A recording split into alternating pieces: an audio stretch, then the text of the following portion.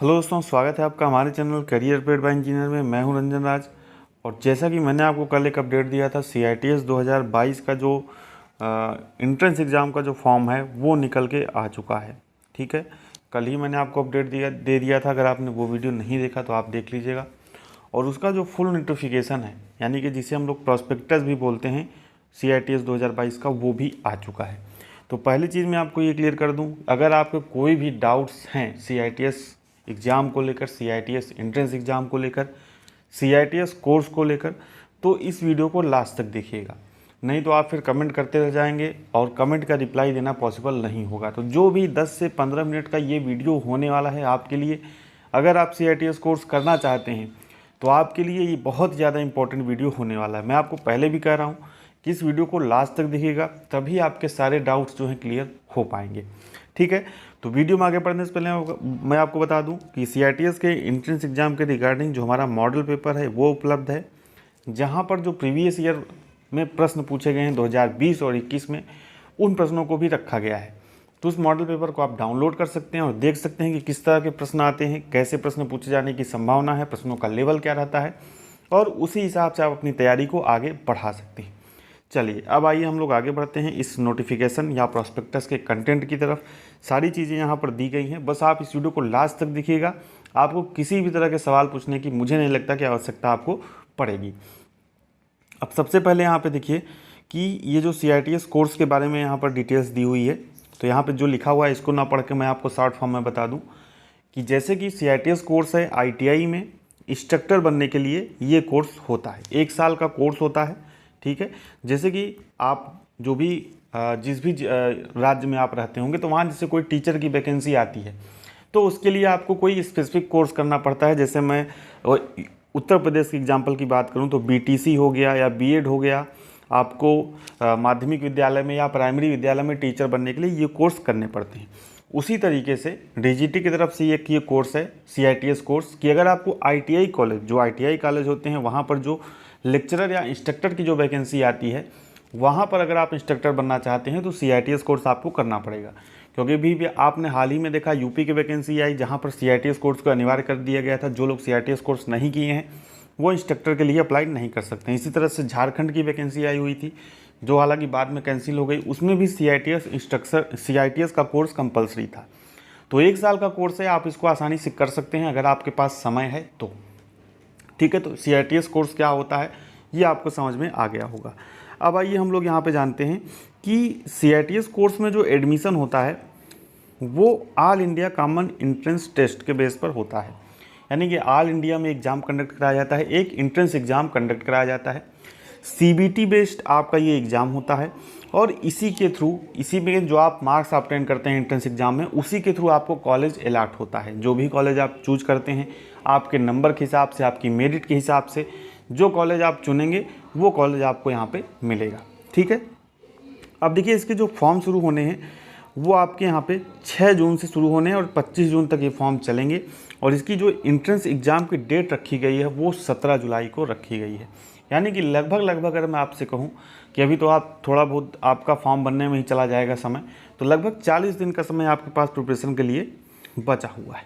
ठीक है, प्रिपरेशन से रिलेटेड सारी वीडियोज़ हमारी अवेलेबल है। क्वेश्चन सीरीज भी विभिन्न ट्रेडों का मैंने कराया हुआ है और फिटर और डीजल मैकेनिक का फुल कोर्स भी थियरी का कराया हुआ है, तो आप उसको वॉच कर सकते हैं। चलिए अब आगे बढ़ते हैं यहाँ पर। अब यहाँ पे देखिए क्वालिफिकेशन का एक वीडियो मैंने भी आपको बना के दिया हुआ था, फिर से एक बार देख लीजिए। ITI भी कर सकते हैं इस कोर्स को, डिप्लोमा भी कर सकते हैं, ठीक है, और डिग्री वाले भी इस कोर्स को कर सकते हैं। अब देखिए काफ़ी ज़्यादा स्टूडेंट का यहाँ पे डाउट ये है कि अपीयरिंग वाले अप्लाई कर सकते हैं कि नहीं। देखिए अपीयरिंग से रिलेटेड यहाँ पर मुझे कोई जानकारी देखने को नहीं मिली है। और पिछले साल अपीयरिंग का प्रॉस्पेक्टस में दिया हुआ था कि अपीयरिंग वाले अप्लाई कर सकते हैं, लेकिन बाद में उनके फॉर्म को रिजेक्ट कर दिया गया था। तो अभी जब तक कुछ क्लियर नहीं हो जाता, मैं यही कहूँगा कि जो लोग अपीयरिंग में हैं वो इस फॉर्म को ना भरें, उनका पैसा बर्बाद हो सकता है। ठीक है, तो जो लोग पास आउट कैंडिडेट हो चुके हैं, जिनका रिजल्ट आ चुका है, वो आसानी से इस फॉर्म को अप्लाई कर सकते हैं। अपीयरिंग के बारे में अभी कोई प्रॉस्पेक्टस में कोई जानकारी नहीं दी गई है, तो मैं यही आपको सलाह दूंगा कि अपीयरिंग वाले अभी इस फॉर्म को अप्लाई ना करें। ठीक है, यहाँ पे देखिए सबसे बड़ा महत्वपूर्ण पॉइंट है SCVT कैंडिडेट आल्सो एलिजिबल।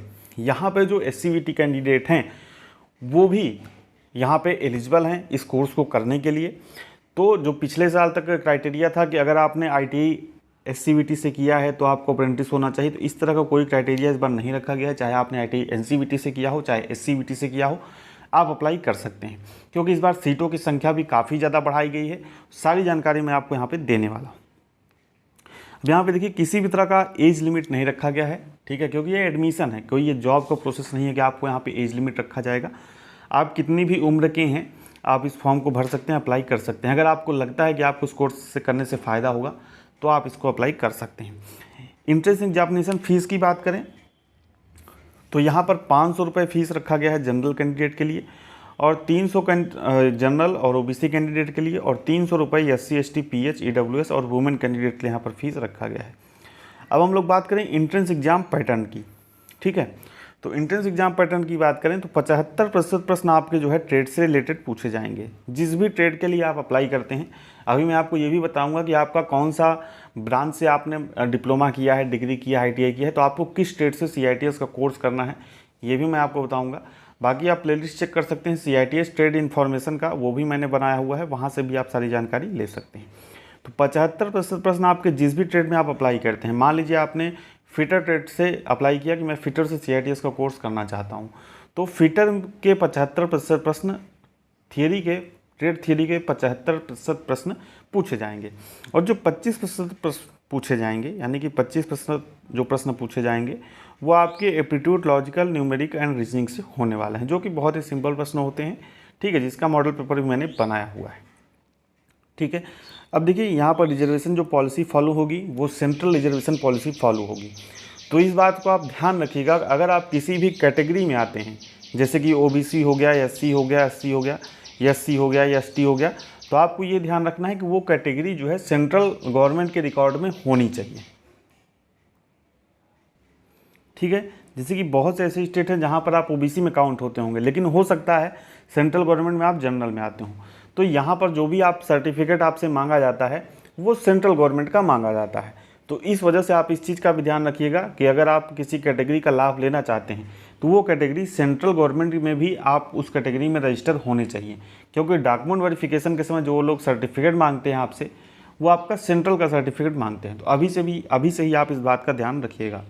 अब हम लोग बात करें फ़ीस स्ट्रक्चर की, तो फ़ीस काफ़ी कम ली जाती है NSTI कॉलेज में।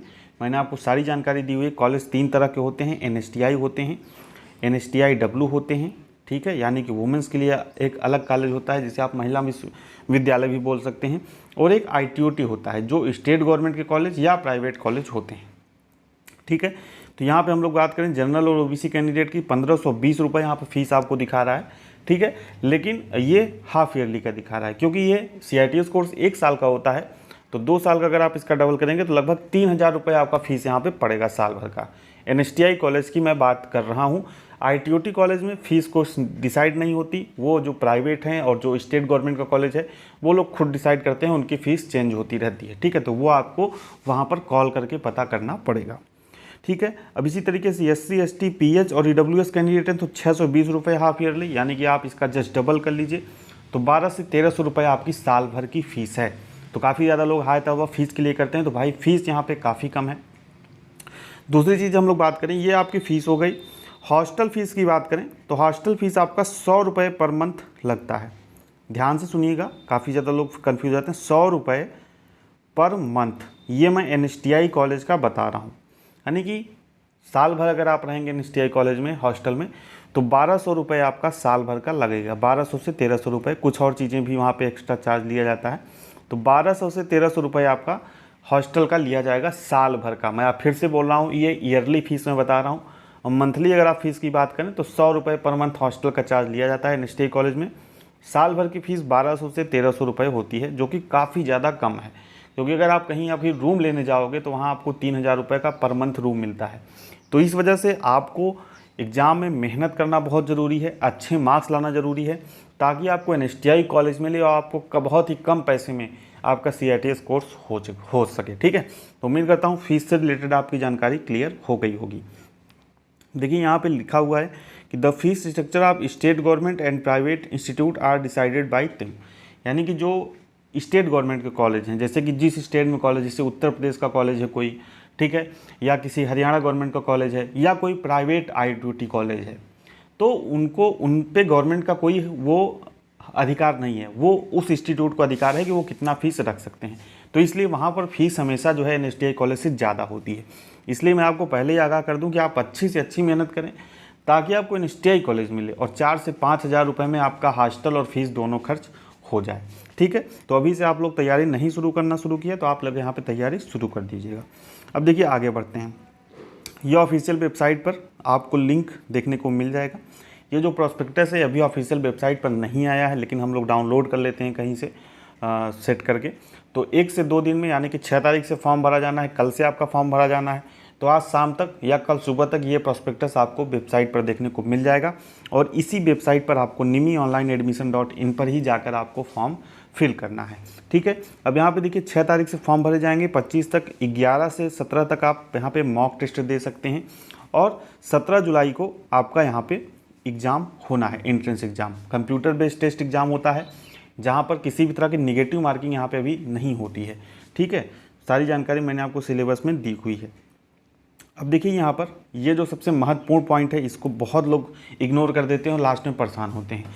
यहाँ पर देखिए only those candidate who have appeared and qualified in AICTE 2022 as per merit are eligible in NSTI and ITOT for CITS admission. ऐसे लोग जो फॉर्म फिलअप करके all India common entrance test यानी कि इंट्रेंस टेस्ट इनका जो होगा उसको देंगे, वही लोग एलिजिबल हैं NSTI ITOT में एडमिशन के लिए। यहाँ पे देखिए लिखा हुआ है नो वॉक इन या direct admission will be intend outside the merit list of AICTE of any institute.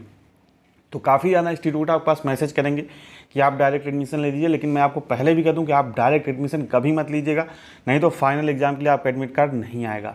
इसलिए अगर आपको CITS कोर्स करना है तो सही तरीका ये है कि आप एंट्रेंस एग्जाम का फॉर्म भरिए, प्रिपरेशन करिए, एंट्रेंस एग्जाम में अच्छे मार्क लाइए और मेरिट के थ्रू आप CITS कोर्स में एडमिशन लीजिए। इस बार इन्होंने ये मेंशन भी यहाँ पे कर दिया है। चलिए अब आइए आगे बढ़ते हैं। सारा चीज़ यहाँ पे देखिए इंपॉर्टेंट डेट्स इन्होंने दे दिया हुआ है। 6 तारीख से आपके फॉर्म भरने शुरू होंगे, 25 तक चलेंगे। मॉक एग्जामिनेशन आप दे सकते हैं 11 से 17 तक। ठीक है, हाल टिकट आपका 11 जुलाई से 17 जुलाई के बीच आप डाउनलोड कर पाएंगे। 17 जुलाई को आपका कंप्यूटर बेस्ड टेस्ट होगा और 26 जुलाई को आपका रिजल्ट आ जाएगा। ठीक है, देखिए कितना फास्ट प्रोसेस होता है, बहुत जल्दी इनका प्रोसेस होता है, बहुत जल्दी एडमिशन कर लेते हैं। ठीक है, और 28/7 से 8/8 तक ऑनलाइन काउंसलिंग फर्स्ट फेज और 10/8 से 14/8 तक ऑनलाइन काउंसलिंग सेकेंड फेज। ठीक है, पिछली बार की तरह इन्होंने थर्ड फेज और जो स्पॉट एडमिशन को उसको हटा दिया है। यहाँ पर अब 2 ही फेज में काउंसलिंग होगी। 28 से 8 तक आपकी फर्स्ट फेज की काउंसलिंग चलेगी और उसके बाद आपकी जो 10 अगस्त से 14 अगस्त तक सेकेंड फेज की काउंसलिंग चलेगी। तो सारा कुछ शेड्यूल उन्होंने यहाँ पर दे दिया है। अब देखिए एग्जाम सेंटर्स काफ़ी ज़्यादा लड़के परेशान रहते हैं कि कहाँ कहाँ पर मिलेंगे, तो ऑल इंडिया आपको एग्ज़ाम सेंटर मिल जाएंगे। हर स्टेट में आपको कहीं न कहीं या हर स्टेट में आपको 2 से 3 एग्ज़ाम सेंटर भी यहाँ पर मिल सकते हैं। ठीक है, जैसे कि अगरतला, ऐजवाल, इलाहाबाद, बेंगलुरु, भुवनेश्वर, कालीकट, चेन्नई, दादरा नगर हवेली, इस तरीके से आप इसका स्क्रीनशॉट लेके देख सकते हैं कि आप किस स्टेट से बिलोंग करते हैं और कहाँ पर आप सेंटर, आप कौन सा सेंटर आपके नज़दीक है, आप वहाँ पे एग्ज़ाम सेंटर फॉर्म फिलअप करते समय उसमें प्रेफरेंस में अपने एग्ज़ाम सेंटर भर सकते हैं। चलिए अब आइए आगे बढ़ते हैं। अब यहाँ पे देखिए लिखा हुआ है list of CITS test and entry qualification. अब यहाँ पे जिस भी ट्रेड से आप CITS का कोर्स करना चाहते हैं, बहुत ही ज़्यादा इंपॉर्टेंट पॉइंट है ये आपके लिए, क्योंकि काफ़ी ज़्यादा लोग क्या है कि प्रॉस्पेक्टस में चेक नहीं करते कि अगर हमको इस ट्रेड से CITS का कोर्स करना है तो इसके लिए क्या क्वालिफ़िकेशन है। और बहुत ज़्यादा लोग मतलब उनका कोर्स उन्होंने किसी दूसरे ब्रांच से किया है, ITI या डिप्लोमा डिग्री, और उन्होंने किसी तीसरे ब्रांच से भर दिया CITS। तो जब वहाँ पर जाते हैं डॉक्यूमेंट वेरिफिकेशन कराने तो उनका फॉर्म रिजेक्ट कर दिया जाता है और उनका सारी मेहनत जो है बेकार हो जाता है। इसलिए आपको प्रॉस्पेक्टस में ये चेक कर लेना है कि आप जिस भी ट्रेड से करना चाहते हैं उसकी क्वालिफ़िकेशन आपके पास है या नहीं। ठीक है, जैसे कि देखिए आर्किटेक्चरल ड्राफ्टमैन है, ठीक है, तो इसके लिए यहाँ पे इन्होंने पूरा क्वालिफ़िकेशन लिख दिया है कि डिग्री इन आर्किटेक्चर होना चाहिए, या आपके पास 3 ईयर डिप्लोमा आर्किटेक्चर में होना चाहिए, या आपके पास ITI होना चाहिए। इसी तरीके से जैसे मैं कोई अच्छा ट्रेड ले लेता हूँ जो काफ़ी ज़्यादा डिमांड में रहता है, जैसे कि यहाँ पे देखिए कंप्यूटर सॉफ्टवेयर एप्लीकेशन CSA। अब आप जब वहाँ पे फॉर्म भरने जाएंगे तो आपको कोपा मिलेगा ही नहीं, तो आप कहोगे यार मेरा ट्रेड तो आ ही नहीं रहा है फॉर्म भरते समय। तो यहाँ पे देखिए इन्होंने लिखा हुआ है डिग्री इन कंप्यूटर साइंस, ठीक है, या और MCA या MSc अगर आपने किया है कंप्यूटर साइंस से तो भी आप अप्लाई कर सकते हैं। ठीक है, या आपने डिप्लोमा किया है कंप्यूटर साइंस से तो भी अप्लाई कर सकते हैं। और नेशनल ट्रेड सर्टिफिकेट या नेशनल अप्रेंटिस सर्टिफिकेट आपके पास कोपा से है या कोई रिलेटेड ट्रेड से है तो आप यहाँ पे अप्लाई कर पाएंगे। अब देखिए ये बात आपको क्लियर हो गई कि कोपा वालों को किस में अप्लाई करना है। CITS का फॉर्म भरते समय कोपा से अगर आपने ITI किया हुआ है तो आप किस में अप्लाई करेंगे, कंप्यूटर सॉफ्टवेयर एप्लीकेशन में अप्लाई करेंगे। तो इन सभी चीज़ों को जो भी आप ट्रेड है आपका उससे रिलेटेड CITS कोर्स का आप यहाँ पे सर्च करेंगे और उसी ट्रेड के लिए फॉर्म फिल करते समय उसी ट्रेड को भरेंगे ताकि आपको कोई दिक्कत बाद में ना हो। ठीक है, इसी तरीके जैसे हम लोग बात करें एक हमारा इलेक्ट्रीशियन में देखिए यहाँ पे देखिए डिग्री या डिप्लोमा हो आपके पास इलेक्ट्रिकल या इलेक्ट्रिकल इलेक्ट्रॉनिक में तो आप अप्लाई कर सकते हैं, या नेशनल ट्रेड सर्टिफिकेट है आपके पास इलेक्ट्रीशियन और रिलेटेड ट्रेड का मतलब वायरमैन। यहाँ पे अगर आप इलेक्ट्रीशियन से CITS का कोर्स करना चाहते हैं तो आपने चाहे इलेक्ट्रीशियन से ITI किया हो चाहे वायरमैन से ITI किया हो, दोनों लोग इसी इलेक्ट्रीशियन ट्रेड में अप्लाई कर सकते हैं। अब भाई एक फिटर का भी मैं यहाँ पे दिखा देता हूँ। फिटर का देखिए डिग्री या diploma in appropriate branches of mechanical या production engineering from recognised engineering college या यूनिवर्सिटी और नेशनल ट्रेड सर्टिफिकेट या national apprenticeship certificate in fitter or related trade. तो आपने डिग्री या डिप्लोमा किया है मैकेनिकल या प्रोडक्शन से तो आप यहाँ पे फिटर से कर सकते हैं। फिटर से ITI किया हुआ है तो आप फिटर से CITS का कोर्स कर सकते हैं। इसी तरीके से जो भी आपकी ब्रांच है या जो भी आपकी ट्रेड है उससे रिलेटेड क्वालिफिकेशन को आप यहाँ पे चेक करेंगे। ठीक है, और उसके बाद अगर आप एलिजिबल हैं तो उसी ट्रेड को उसी CITS ट्रेड को फॉर्म भरते समय भरेंगे। ऐसा नहीं है कि आपने इलेक्ट्रिकल से किया है, ठीक है, इलेक्ट्रिकल से आपने डिग्री या डिप्लोमा BTech किया और आपने फिटर के लिए अप्लाई कर दिया तो फिर वहाँ पे आपका फॉर्म रिजेक्ट हो जाएगा। फॉर्म अगर रिजेक्ट नहीं भी होता तो डॉक्यूमेंट वेरिफिकेशन समय आप रिजेक्ट हो जाएंगे। तो इसलिए अपना जो भी क्वालिफिकेशन है उससे रिलेटेड कौन सा CITS का ब्रांच है जहाँ पे आप अप्लाई कर सकते हैं उस चीज़ को ज़रूर ध्यान रखिएगा। देखिए थोड़ा सा समय मैं लग रहा होगा इस वीडियो में, लेकिन काफ़ी ज़्यादा लोग परेशान हुए इसलिए मैं आपको अच्छे से सारी चीज़ें बता दे रहा हूँ। ठीक है, तो ये चीज़ आप यहाँ पे चेक कर लीजिएगा जो भी यहाँ पे क्वालिफिकेशन है और उसी हिसाब से उसी के बाद आपको फॉर्म को अप्लाई करना है। जल्दी में गलत फॉर्म को अप्लाई मत कर दीजिएगा। इसी तरीके से हर ट्रेड से रिलेटेड आप क्वालिफिकेशन यहाँ पे चेक कर सकते हैं। अब चलिए आगे बढ़ते हैं हम लोग। ठीक है, अब यहाँ पे देखिए ITI वालों के लिए स्पेशल यहाँ पे दिया हुआ है क्योंकि ITI वालों को ज़्यादा कन्फ्यूजन रहता है। तो यहाँ पे लिखा है रिलेटेड CITS ट्रेड, CITS मतलब ITI, और यहाँ पे लिखा हुआ है नेम ऑफ CITS ट्रेड, यानी कि आपने किस ट्रेड से CITS किया है वो इधर लिखा है। और अगर आपने इस ट्रेड से आपने ITI किया हुआ है तो किस ट्रेड से आप CITS का कोर्स कर सकते हैं ये यहाँ पे लिखा हुआ है। ठीक है, तो कुछ जो अब यहाँ पे देखिए अगर आपने कोपा से ITI किया हुआ है या DBSS से ITI किया हुआ है तो आपको किससे CITS के लिए अप्लाई करना है, CSA से CITS के लिए अप्लाई करना है। ठीक है, ऐसा नहीं कि आपने जो मन में आया कंप्यूटर से रिलेटेड वही ट्रेड भर दिया, नहीं, फिर फॉर्म रिजेक्ट हो जाएगा। यहाँ कोपा से किए हो तो CSA से ही CITS कोर्स के लिए अप्लाई करोगे। इसी तरीके से देखिए यहाँ पे cosmetology old name basic cosmetology hair and skin care से आपने किया है तो आप कॉस्मेटोलॉजी से अप्लाई कर सकते हैं। अब देखिए ड्राफ्टमैन सिविल से अगर आपने ITI किया हुआ है या सर्वेयर से ITI किया हुआ है तो आप यहाँ पे ड्राफ्टमैन सिविल से CITS का कोर्स कर सकते हैं। ठीक है, इसी तरीके से देखिए यहाँ पे मैंने आपको पहले बताया इलेक्ट्रीशियन से चाहे ITI किया हो चाहे वायरमैन से ITI किया हो, दोनों लोग यहाँ पे इलेक्ट्रीशियन से CITS का कोर्स कर सकते हैं। इसी तरीके से इलेक्ट्रॉनिक मैकेनिक वाला है, इलेक्ट्रॉनिक मैकेनिक से किया हो या मैकेनिक कंज्यूमर इलेक्ट्रॉनिक अप्लायंसेस से किया हो, टेक्निकल पावर इलेक्ट्रॉनिक सिस्टम से किया हो तो आप इलेक्ट्रॉनिक मैकेनिक से CITS का कोर्स कर सकते हैं। इसी तरीके से आप यहाँ पे अपना चेक कर लीजिएगा।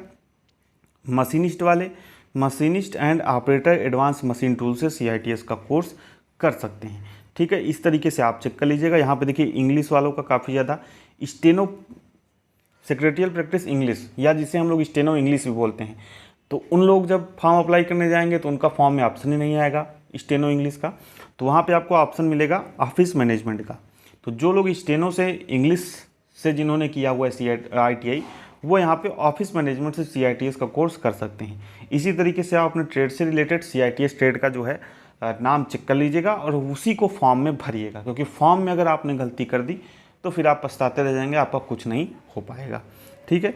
चलिए इसी तरीके से आप चेक कर लीजिएगा। इसी तरीके से देखिए वेल्डर का है, welder gas and electric, welder pipe, structure, ये सभी लोग वेल्डर से ही CITS का कोर्स करेंगे, क्योंकि CITS में एक ही कोर्स है, एक ही ट्रेड है वेल्डर का। तो ये सभी लोग जिन्होंने ये वेल्डर चाहे जिस ये ब्रांच से किया है, तो वेल्डर से CITS का कोर्स कर सकते हैं। ये जानकारी आपको पता चल गई होगी। चलिए आगे बढ़ते हैं। यहाँ पे देखिए इंस्टीट्यूट का नेम्स वगैरह दिया हुआ है कि कौन सा इंस्टीट्यूट है, उसका एड्रेस दिया हुआ है, उसका नंबर दिया हुआ है, जो कि नंबर कभी लगता नहीं है। ठीक है, आप ट्राई करके देख लीजिएगा, अगर लगे तो अच्छी बात है। ठीक है, तो ये सभी सेंट्रल गवर्नमेंट के इंस्टीट्यूट के यहाँ पे एड्रेस और नंबर दिए हुए हैं। ये आपके स्टेट गवर्नमेंट हैं जिन्हें हम लोग ITOT बोलते हैं, उनके यहाँ पे कॉन्टैक्ट नंबर दिए हुए हैं। और ये आपके प्राइवेट इंस्टीट्यूट के नंबर हैं। प्राइवेट इंस्टीट्यूट के नंबर आपको हमेशा मिलेंगे, क्योंकि उन लोग को पैसा कमाना रहता है। ठीक है, तो इस पर ट्राई कर लीजिएगा। ईमेल यहाँ पे दिया हुआ है, ईमेल भी आप यहाँ पे कर सकते हैं। चलिए अब आगे बढ़ते हैं हम लोग।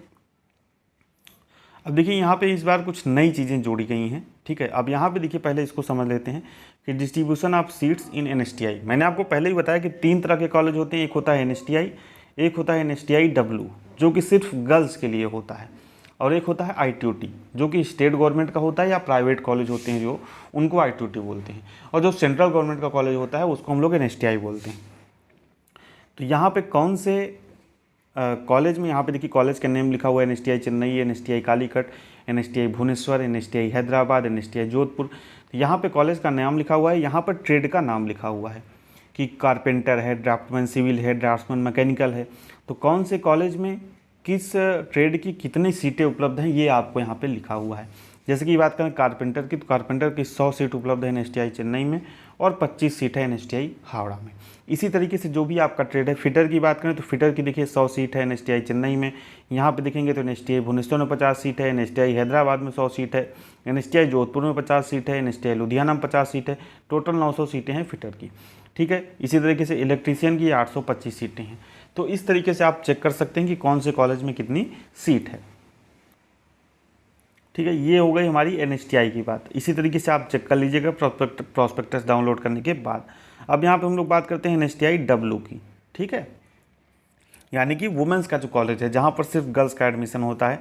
तो आप देख सकते हैं यहाँ पर कॉलेज का नाम लिखा हुआ है NSTI W, अगरतला, इलाहाबाद, बेंगलुरु। इसी तरीके से यहाँ पे कॉलेज के नाम लिखे हुए हैं, और यहाँ पे कौन कौन सी ब्रांचेज यहाँ पे उपलब्ध हैं, कौन कौन से ट्रेड उपलब्ध हैं, वो आपको यहाँ पे सीटें देखने को मिल जाएंगी। तो आप प्रॉस्पेक्टस को डाउनलोड करने के बाद आप इसको चेक कर सकते हैं।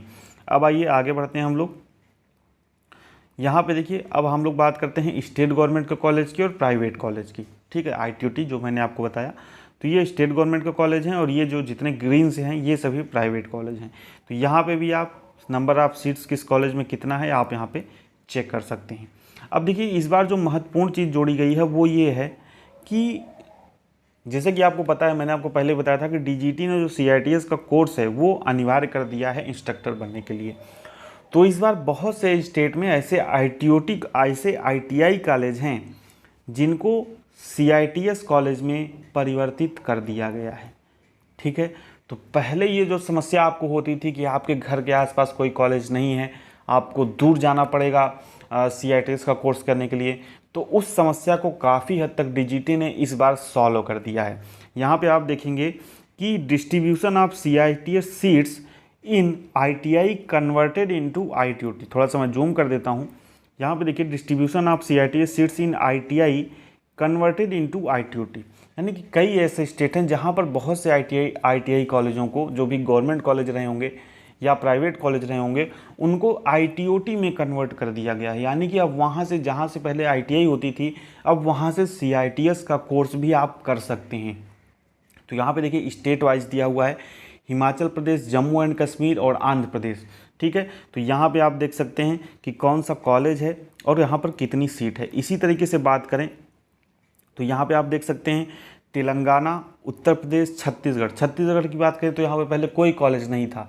ठीक है, तो यहाँ से जो स्टूडेंट को दूसरे स्टेट में जाना पड़ता था CITS कोर्स करने के लिए, तो काफ़ी हद तक इस समस्या को आप यहाँ पे सॉल्व कर दिया। जैसे देखिए बहुत से ऐसे ITI कॉलेज हैं जिनको CITS कॉलेजेस में कन्वर्ट कर दिया गया है। जैसे यूपी की बात करें तो यहाँ पे देखिए कानपुर में एक नया कॉलेज ITOT हो गया है। ठीक है, मेरठ में कॉलेज हो गया है। ठीक है, वाराणसी में कॉलेज हो गया है, गोरखपुर में कॉलेज हो गया है, बरेली में कॉलेज हो गया है, और यहाँ पे झांसी में भी कॉलेज हो गया है। तो काफ़ी ज़्यादा इससे स्टूडेंट को लाभ मिलेगा कि आसपास के क्षेत्र में ही कॉलेज मिलने की वजह से वो आसानी से CITS का कोर्स कर पाएंगे। इसी तरीके से देखिए छत्तीसगढ़ में 2 नए ITOT खुल गए हैं इस बार के लिए, श्रीनगर में भी और यहाँ पे देखिए वारंगल तेलंगाना, ये सब जगह सभी जगह नए ITOT कॉलेज खुले हुए हैं। तो इस बार आपको काफ़ी ज़्यादा बेनिफिट होने वाला है अगर आप CITS का कोर्स करते हैं तो, ठीक है। इसी तरीके से और भी स्टेट यहाँ पे देख लीजिए, झारखंड में, त्रिपुरा में, पंजाब और कर्नाटका में, ठीक है, ITOT कॉलेज खुले हुए हैं। और ये सभी देखिए गवर्नमेंट ITOT कॉलेज हैं। यहाँ पे देखिए गवर्नमेंट ITOT लिखा हुआ है, ठीक है, प्राइवेट कॉलेज नहीं है। तो जाहिर सी बात है अगर आप दूर नहीं जाना चाहते हैं भाई, गवर्नमेंट ITOT कॉलेज है तो आप वहाँ से CITS का कोर्स कर सकते हैं।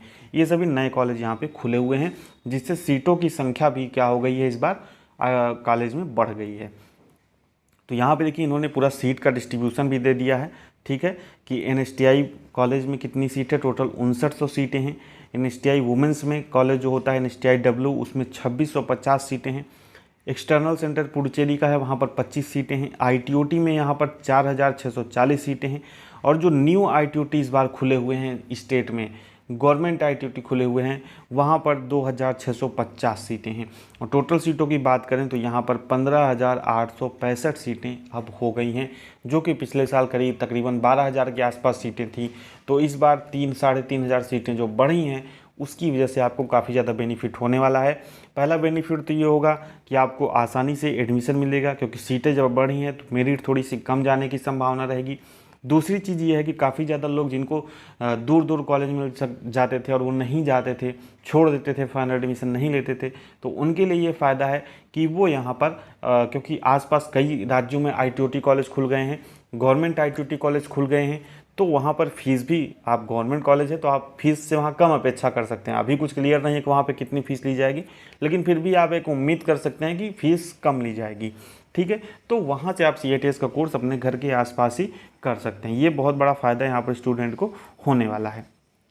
बाकी यहाँ पे नीचे एमिनिटीज़ अवेलेबल, यानी कि कौन से कॉलेज में हॉस्टल की सुविधा अवेलेबल है, कौन से कॉलेज में हॉस्टल सुविधा ये अवेलेबल नहीं है, ये सारी जानकारी आपको यहाँ पे दी हुई है। और प्रॉस्पेक्टस को डाउनलोड करके चेक कर सकते हैं। यहाँ पर देखिए वाईफाई अवेलेबल है कि नहीं, मेस है कि नहीं, हॉस्टल, बैंक, ATM, कैंटीन, सारी चीज़ें यहाँ पर दी हुई हैं, ठीक है। इसी तरीके से ये यहाँ पर जो ITOT कॉलेज हैं उनकी यहाँ पर सारी जानकारी दी हुई है, वहाँ पर कुछ चीज़ें अवेलेबल हैं कि नहीं। तो सारी जानकारी मैंने आपको डिस्कस कर दी। अगर आपको अभी भी कोई डाउट है तो आप मुझे कमेंट बॉक्स में लिख दीजिएगा, मैं उसका रिप्लाई देने की कोशिश करूँगा। हालांकि सारे डाउट्स मैंने आपको क्लियर कर दिए हैं। अगर आपने पूरा वीडियो देखा होगा तो आपके डाउट क्लियर हो गए होंगे, ठीक है। फिर भी अगर आपको कोई डाउट है तो आप कमेंट बॉक्स में पुट कर दीजिएगा, मैं उसका रिप्लाई देने का प्रयास करूँगा। उम्मीद करता हूँ वीडियो पसंद आई होगी। वीडियो पसंद आई तो वीडियो को लाइक कर दीजिए और शेयर कर दीजिए दोस्तों के साथ। साथ ही चैनल में सब्सक्राइब किया तो चैनल सब्सक्राइब जरूर कर लीजिएगा, ताकि कोई भी CITS से जुड़ी अपडेट हो तो आपको सबसे पहले मिल जाए। मिलते हैं नेक्स्ट वीडियो में नई जानकारी के साथ, तब तक बने रहिए हमारे साथ। बहुत बहुत धन्यवाद।